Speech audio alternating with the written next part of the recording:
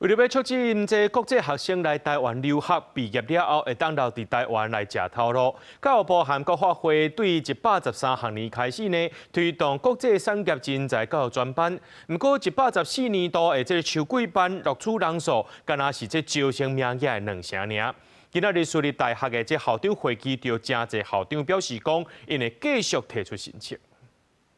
苏联国际生招生辅导甲管理，30已经私立大学院校的校长甲主管，伫私大校长会议交流。世新大学校长陈清豪8月带国际处同仁拜访捷克波兰甲匈牙利姊妹学校，搁伫瑞士甲瑞士教育集团的4间大学签订学术交流备忘录。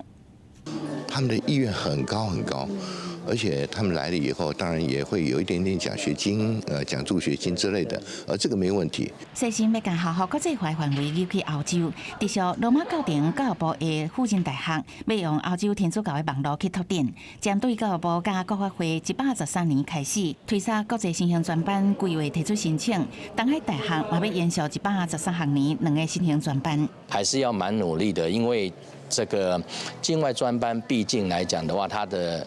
要求的话，有一些语言的一个需求啦。虽然人数不多，但学生在过往这段时间第1年的学习，其实学生的反馈都非常好，那企业的反馈也非常好。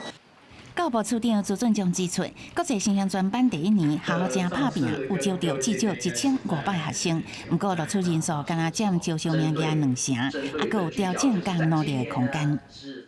那为什么到我们这边企业只愿意出300个奖学金？那问题在哪边？第二个，那这300位1万学生到哪里去了？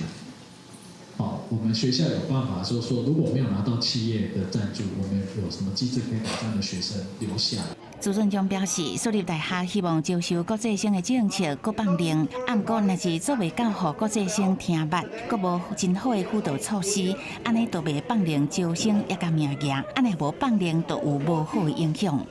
公视新闻采访报道。